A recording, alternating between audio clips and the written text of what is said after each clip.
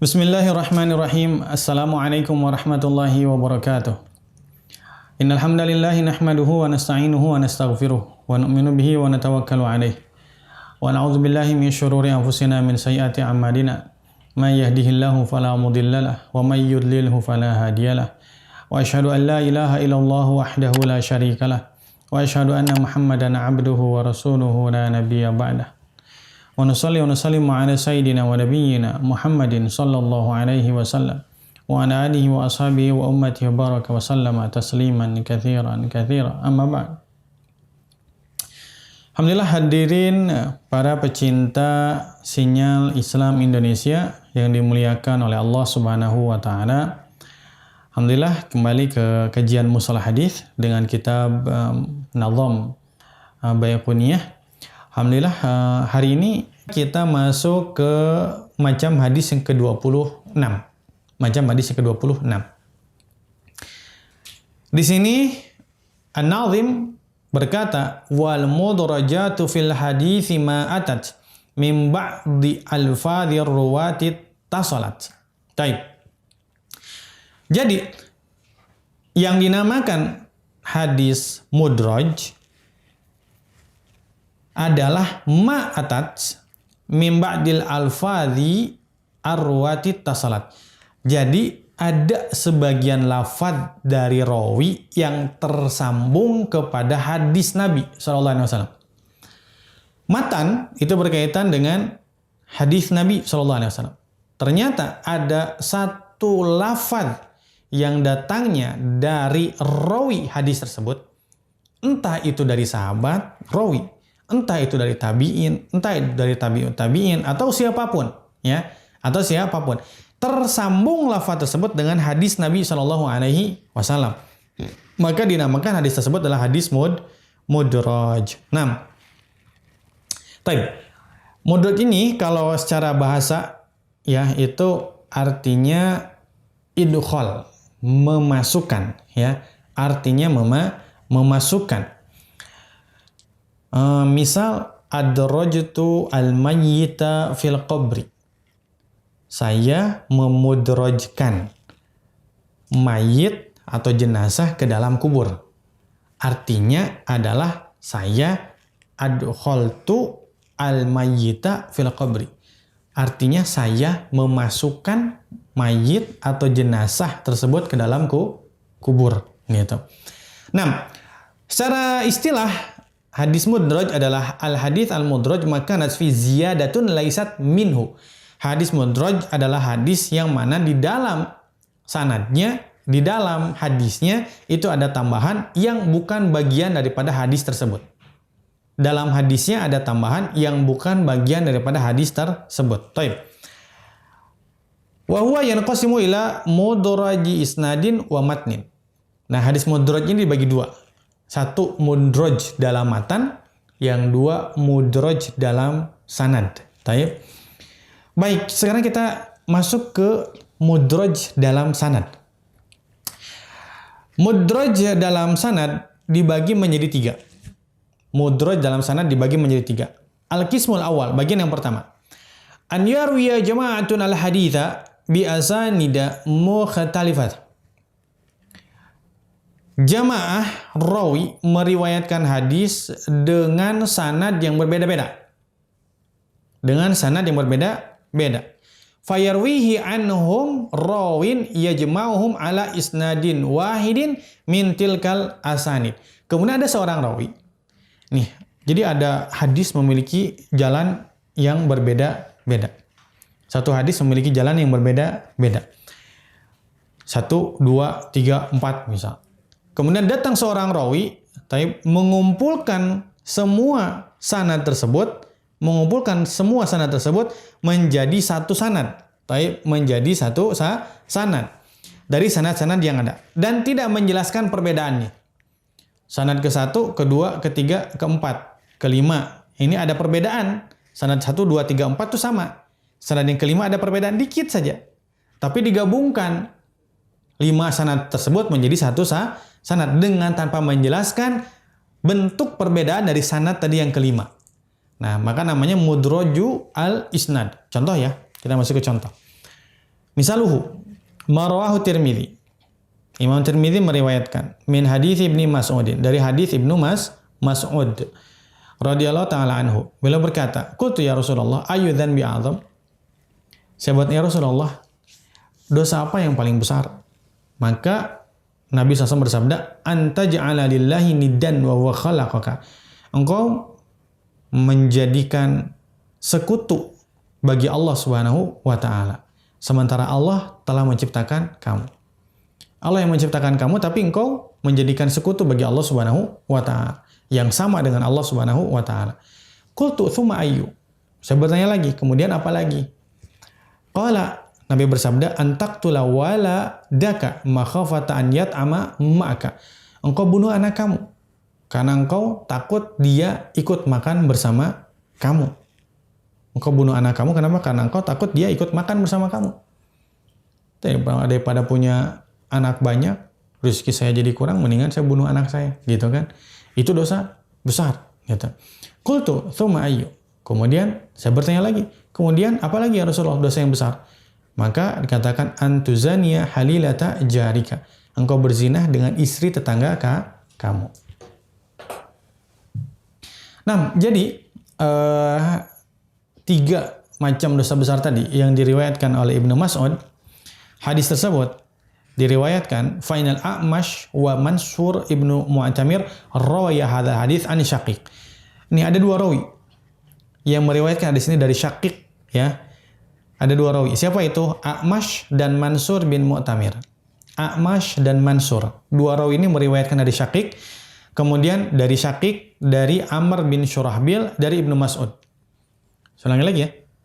A'mash dengan Mansur. A'mash dengan Mansur, satu tingkat. 2 orang ini meriwayatkan hadis dari Syaqiq. Syaqiq ini yang meriwayatkan hadis dari Amr bin Syurahbil. Amr bin Syurahbil ini meriwayatkan hadis tadi dari Ibnu Mas'ud. Jadi 4 tingkat ya. Tingkatan A'mash dengan Mansur, Syaqiq, Amr, kemudian Ibnu Mas'ud. 2 orang nih yang meriwayatkan dari Syaqiq. Warwahu Wasil al-Asadi an Syaqiq an Ibnu Mas'ud.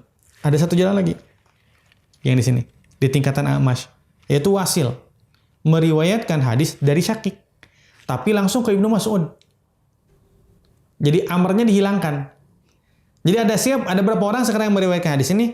3 sementara ya. 3. Siapa tadi? A'mash dengan Mansur yang meriwayatkan hadis dari Syaqiq, dari Amr, dari Ibnu Mas'ud.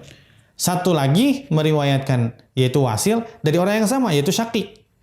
Cuman enggak melewati Amr tapi langsung ke Ibnu Mas'ud. Taib. Kemudian falamma rawahu Tsauri anhum. Nah, kan ada 3 jalan nih, 3 jalan. 3 jalan ini beda enggak? Coba kita lihat ya. 3 jalan ini. A'mash, Mansur ini. Kemudian satunya lagi adalah Wasil al-Asadi. Jalan ini, lihat ke atasnya. Gurunya Syaqiq. Ini sama nggak dengannya? Gurunya Syaqiq. Sama. Taib. Gurunya Syaqiq di jalan ini adalah Amr bin Syurahbil. Di sini sama nggak? Gurunya Syaqiq. Di sini nggak sama. Gurunya Amr bin Syurahbil ini langsung ke Ibnu Mas'ud. Taib. Ibnu Mas'udnya sama nggak? Ibnu Mas'udnya sama. Berarti bedanya apa? Bedanya di jalan ini ada Amr. Di jalan ini nggak ada Amr. Berarti beda. Beda. Yang sama 2. 2 ini menyelisihi jalan yang 1. Taib. Tiba-tiba, nah, Sufyan Ats-Tsauri adraja sanada Wasilin fi sanadil A'mash wan Mansur. Tadi kan penjelasan macam yang pertama, satu hadis diriwayatkan oleh jemaah dengan sanad yang berbeda-beda, kemudian disatukan menjadi satu.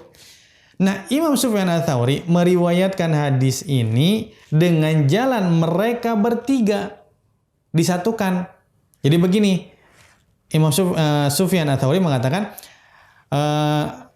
meriwayatkan hadis ini A'mash, Mansur, dan Wasil. Ya, dan Wasil. Kemudian an Syaqiq, an Amr, an Ibnu Mas'ud. Lihat nih. Sufyan Ats-Tsauri meriwayatkan hadis ini dengan mengatakan begini. Meriwayatkan kepada saya A'mash dan Mansur dan Wasil. An Syaqiq, dari Syaqiq, an Amr, An Amr nih disebutkan oleh Sufyan Ats-Tsauri. Jadi 3 orang ini meriwayatkan hadis dengan sanad yang sama, yaitu dari Amr. Padahal kan tadi Wasil nggak meriwayatkan dari Amr. Taib. An Amr, an Ibni Mas'ud, kemudian hadis yang tadi sampai selesai. Nah, maka dinamakan ini mudraj fil isnad.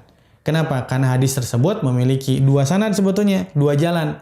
2 aja jalan, kemudian digabungkan menjadi 1 jalan dengan tanpa menjelaskan sisi perbedaannya. Kalau seandainya begini, beda. Kalau seandainya begini, nggak termasuk mudraj. Meriwayatkan kepada saya A'mash dan Mansur dan Wasil. Oke. Dari Syakik. Oke. Dari Amr. Oke. Tapi dijelaskan. Walam yadkurhu Wasil. Tapi Wasil nggak menyebutkan nama Amr. Taib an Ibni Mas'ud an Rasulillah sallallahu. Nah itu oke. Itu nggak apa-apa. Semuanya diterima. Nah, tapi kalau digabungkan jadi 1, padahal berbeda jalannya, itu yang tidak. Bagian yang kedua, an yakunal matnu inda rawin bi isnadin illa tarfan minhu fa innahu indi bi isnadin fa innahu indahu bi isnadin akhar. Taib, ada satu hadis dengan matan, taib, dengan sanad tersendiri, taib, kecuali ujung hadis tersebut itu ternyata ada di sanad yang lain. Ujung hadisnya ada di sanad yang lain, bukan di sanad yang itu. Fayarwihi anhu rawin taman bil isnadil awali. Ada 2 hadis, 2 sanad. Taib, 2 sanad. Nah, hadis ini ada bagian ujung itu yang ditempelkan oleh rawi yang mudraj tadi, yang ngambil dari sanad yang kedua. Diambil ujungnya, dimasukkan ke sanad yang pertama. Padahal ujungnya ini dimiliki oleh sanad yang kedua. Gitu. Nah, maka dia riwayatkan dengan tanpa menyebut sanad yang kedua. Taib. Contoh. Marwahu Abu Dawud wa Nasai min hadits Wa'il bin Hujr. Qala salaitu khalfa ashabin Nabi sallallahu alaihi wasallam. Dari Wa'il bin Hujr. Riwayatnya dari Wa'il bin Hujr. Beliau berkata, saya salat di belakang sahabat-sahabat Nabi sallallahu alaihi wasallam. Fakanu idza sallamu yushiruna bi aidihim. Taib. Mereka ketika mereka selesai salat, yaitu salam, mereka memberikan isyarat dengan tangan mereka. Ka'annaha adnabu khayli syahbin. Jadi seolah-olah seperti mana ekor daripada seekor kuda. Ekornya daripada seekor kuda. Tsumma ji'tuhum ba'da dzalika fi zamanin fihi bardun syadidun. Kemudian saya datang kepada mereka pada satu waktu yang mana sangat dingin. Fara'aitun nasa alaihim jullu thiyabi tataharraku aidihim tahta ath-thiyabi. Kemudian saya melihat tangan tadi kan terlihat ketika mereka salam memberikan isyarat dengan tangan. Nah, ketika satu masa sangat dingin sekali, kemudian saya melihat tangan mereka bergerak tapi dari dalam baju karena bajunya meliputi badan mereka karena musim dingin. Nah, hadis itu, hadis Wa'il bin Hujr tadi, thumma ji'tuhum, ya. Jadi dari lafadz thumma ji'tuhum itu dari riwayat Asim bin Kulaib dari ayahnya dari Wa'il bin Hujr. Taib, dari riwayat Asim bin Kulaib dari ayahnya dari Wa'il bin Hujr. Wa min qawlihi thumma ji'tuhum. Taib. Jadi gini nih, lihat kalau nanti kita minta tampilkan ya. Ada di depan nanti. Hadisnya adalah fakanu ay sallaitu khalfa ashabi an-nabi sallallahu alaihi wasallam fakanu idza sallamu yushiru bi aidihim ka'annahu aznabu khayli syahbin. Taib, khayli syahbin. Taib, selesai. Ya. Nah, itu riwayat dari Asim bin Kulaib dari ayahnya dari Wa'il bin Hujr. Taib. Kemudian hadis yang tadi potongan selanjutnya tsumma ji'tuhum sampai tahta thiyab, ya, itu diambil dari sanad yang lain, bukan sanad yang itu. Bukan sanad Asim bin Kulaib dari ayahnya dari Wa'il bin Hujr, tapi diambil dari riwayat Abdul Jabbar bin Wa'il dari sebagian keluarganya Wa'il, ya, dari sebagian keluarganya Abdul Jabbar, kemudian dari Wa'il bin Hujr. Jadi intinya salahnya berbeda. Kenapa? Wa'il bin Hujr sama dari Wa'il bin Hujrnya. Ternyata di bawahnya Wa'il bin Hujr itu yang berbeda. Yang satu adalah dari riwayat Kulaib, ayahnya Asim, yang satu riwayatnya dari an ba'di ahlihi. Jadi sanadnya berbeda. Nah, jadi dua hadis ya memiliki satu sanad, memiliki matan. Nah, ternyata hadis ini diambil ujung daripada hadis ini daripada sanad yang lain. Kemudian hanya disebutkan sanad yang hadis yang pertama saja. Sanad hadis yang keduanya itu dihilangkan, tidak disebutkan. Nah, maka itu termasuk ke macam mudraj hadis yang kedua. Tapi selanjutnya, macam mudraj hadis sanad yang ketiga. An yakuna inda rawi matnani mukhtalifani bi isnadaini mukhtalifain. Nah, kalau tadi sama-sama nih Wa'il bin Hujrnya. Sahibul kisahnya satu orang. Sahibul kisahnya satu orang. Nah, sekarang ini satu hadis itu memiliki dua matan.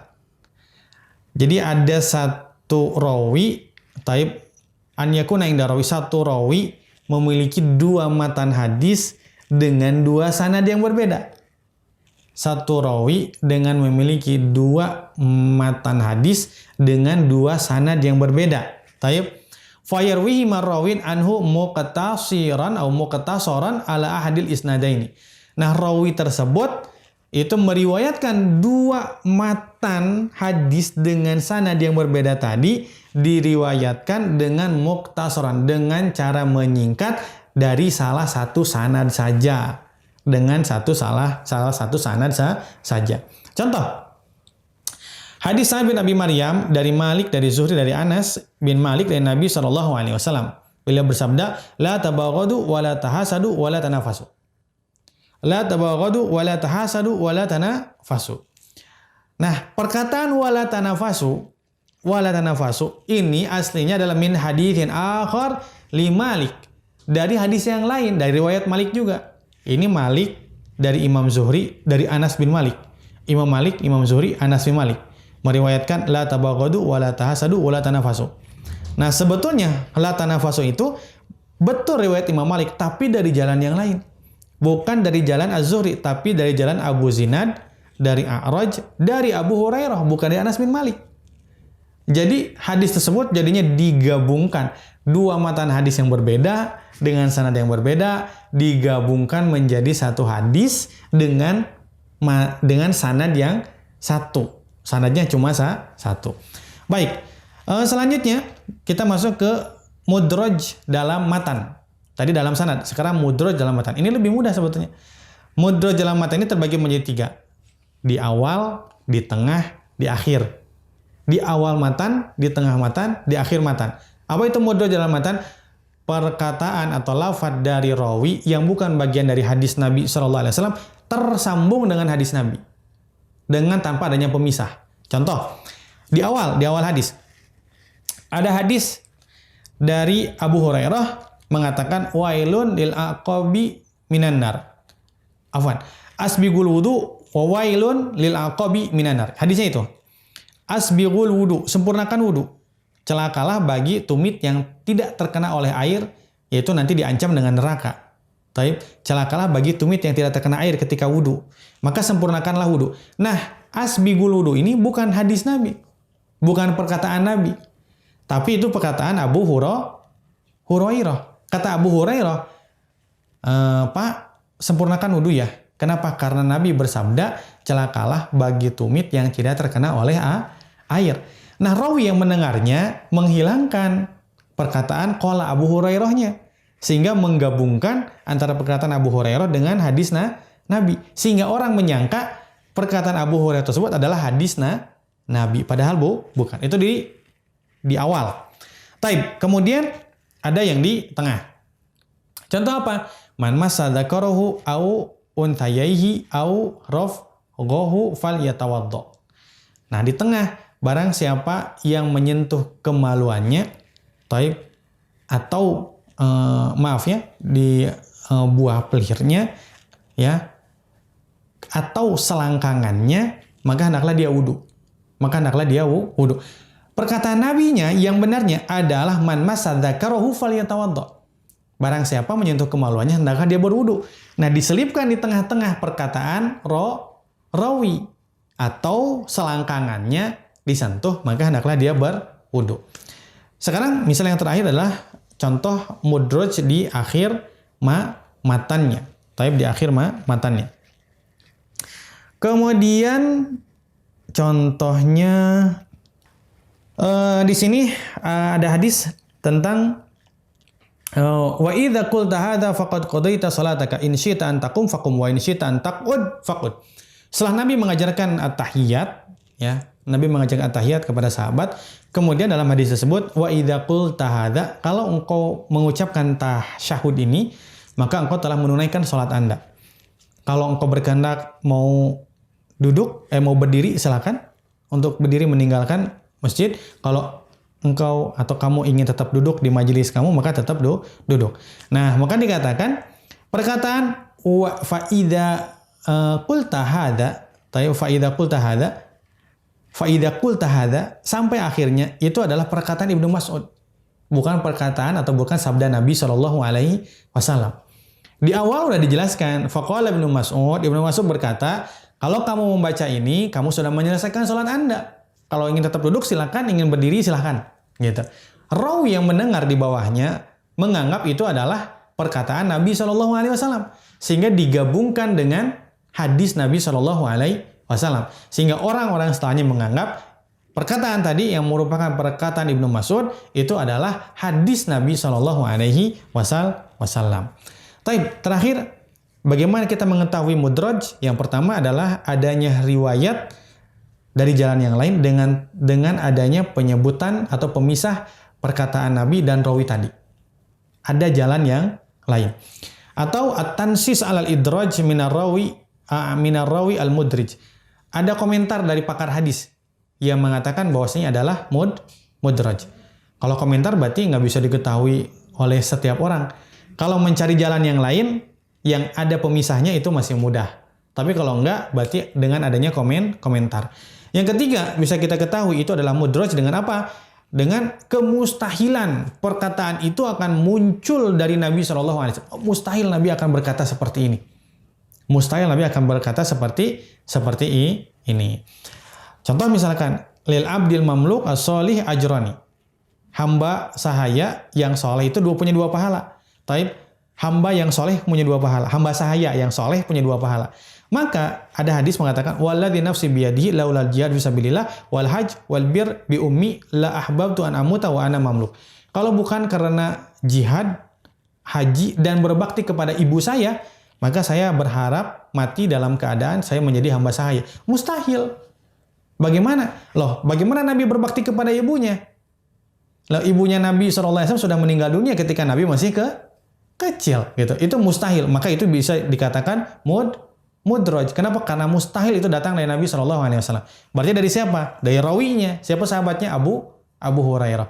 Abu Hurairah karena beliau punya ibu yang beliau berbakti kepadanya.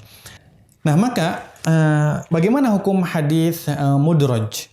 Ulama mengatakan annahu la yajuzu ta'ammudu syai'in minal idraj. Ulama mengatakan tidak boleh bersengaja untuk mengidrajkan sesuatu kepada hadis. Taib. Wa ta'ammuduhu haramun. Dan bersengaja hukumnya adalah haram. Dan itu lafaz dari seorang rawi, entah itu perkataan dari sahabat, entah itu perkataan dari ahli hikmah, kemudian digabungkan, disambungkan dengan hadis Nabi SAW, sehingga orang menganggap itu adalah hadis Nabi SAW. Maka itu haram bi ijma'i ahli al-fiqh wal hadis. Ijma' ahli fikih, ijma' ahli hadis. Bahkan wa ibaratu Ibnu Sam'ani berkata, man ta'ammadal idraja, barang siapa menyengaja untuk mengidrajkan, memudrajkan hadis, fa huwa saqitul adalati, maka hukumnya keadilannya itu telah gugur, telah hilang. Wa mimman yuharriful kalima amma wadhihi, dan dia termasuk di antara orang yang merubah kalimat dari tempatnya. Karena Nabi berkata sampai titik tadi. Kemudian dia menambah sesuatu yang bukan bagian dari hadis Nabi. Berarti dia telah merubah hadis Nabi SAW. Wa huwa mulhaqun bil kadzabin. Maka kalau demikian, dia sengaja berbuat demikian, sehingga orang lain menganggap itu adalah hadis Nabi, maka dia itu digolongkan atau nempel dengan mereka yang memalsukan hadis-hadis Nabi SAW. Baik, alhamdulillah hadirin yang dimuliakan oleh Allah Subhanahu wa taala, pertemuan kita kali ini kita cukupkan sampai sekian. Insyaallah kita lanjutkan pada pertemuan yang akan datang. Hada akhiru wallahu alam wa sallallahu alaihi wasallam Muhammadin nabiyil ummi wa ala alihi washabihi ajmain. Subhanakallahumma bihamdika asyhadu an la ilaha illa anta astaghfiruka wa atubu ilaik. Assalamualaikum warahmatullahi wabarakatuh.